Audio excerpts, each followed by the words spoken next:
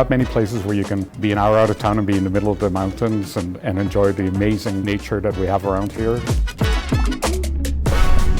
People can afford to buy a house here and raise a family. So it's the quality of life and the cost of living that attracts talent into this province. And we've had almost 200,000 people move to the province in the last year, so we're experiencing very rapid growth.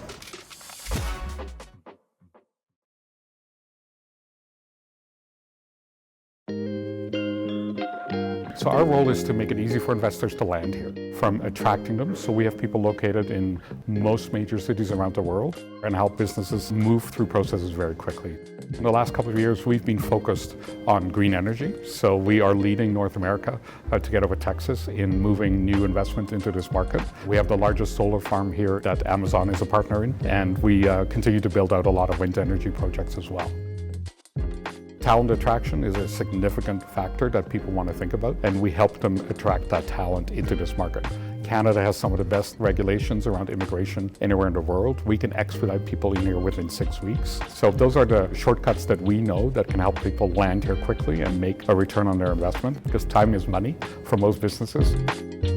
One of the things that people know Alberta for is our natural resources, everywhere from the energy resources we have to forestry, agri-food, as well as our incredible mountain parks and open spaces. That's one of the big assets. And we've been able to turn that into an incredible economy. And part of that is because we've got a low tax jurisdiction. So we've been able to have the lowest corporate income taxes, which I think has attracted attention internationally, but no payroll taxes, no healthcare premiums. Because we have such a solid base of well-educated people, those skills transfer very easily into different areas. And because we've got a can-do attitude where we want to have entrepreneurship, we want to have innovation, that I think has also allowed us to attract people here who just want to try new things. And we want to clear away regulatory pathways to make it easy to do that. One of the things we've always been proud of as a province is because when we do well, all of our neighbors do well.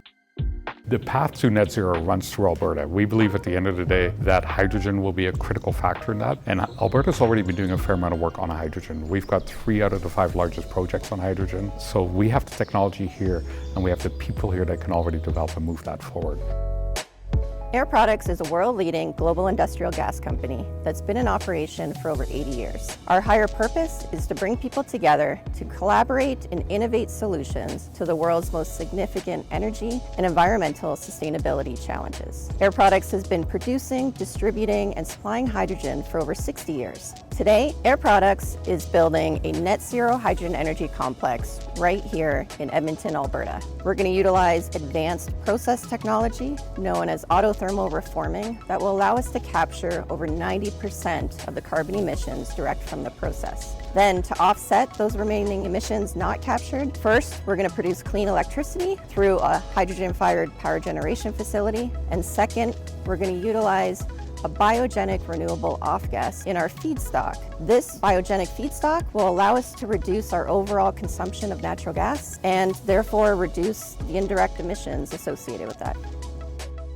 As a global company, Air Products can choose to invest anywhere in the world. However, there are only a few places that have the natural resources, the viable geology, the talent, the existing infrastructure, and the political will to lead the emerging hydrogen economy and drive the energy transition forward. And Alberta is one of those places. Pharma Energy develops, owns, and operates waste-to-energy with integrated carbon capture and storage facility. So we build power plants that combust garbage as the input fuel, capture the carbon and sequester it underground to produce a landfill-free, carbon-free solution to waste. Waste-to-energy facilities create energy from waste very simply by burning it in a combustion process. So instead of coal or natural gas being the feedstock for your power plant, the regular everyday black bin garbage that we otherwise send to the landfill is used as the feedstock.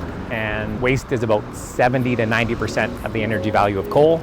And we currently pay money to throw it away in a landfill forever. We harness that value, turn it into energy, and then go that next step by capturing the carbon and sequestering it underground. We have an amazing geography here that allows us to do carbon capture storage very efficiently and effective. And we're significantly investing in that CCUS resource.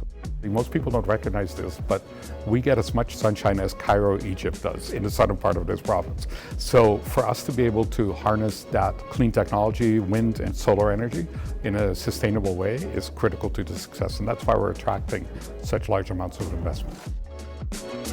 All of the emerging technology around biofuels, biodiesel, renewable diesel, biogas, I think is going to be an exciting new area of development here. And we've got an enormous amount, because we do also forestry development as well as agri-food development. We've got great base fuel, so that we'll be able to support those industries too. Invest Alberta is our arm to reaching out into the world. It is under my purview as Premier and Intergovernmental Affairs Minister, because I want anyone who's looking at making a major investment in our province to know that I'm keenly interested on clearing away any barriers to make sure that this is an easy place to invest in. Just the density of the industrial sector in Edmonton and in Alberta is a huge advantage in comparison to most other places in the world. At Barma, we see a future of a landfill-free country where all waste is disposed of in a more compelling way than permanently mining it into the earth. So it's up to us to figure out that pathway for how we can make sure everybody comes up to the same living standards, but does so in a way that has fewer and fewer emissions. And I think we're going to be very key in achieving that.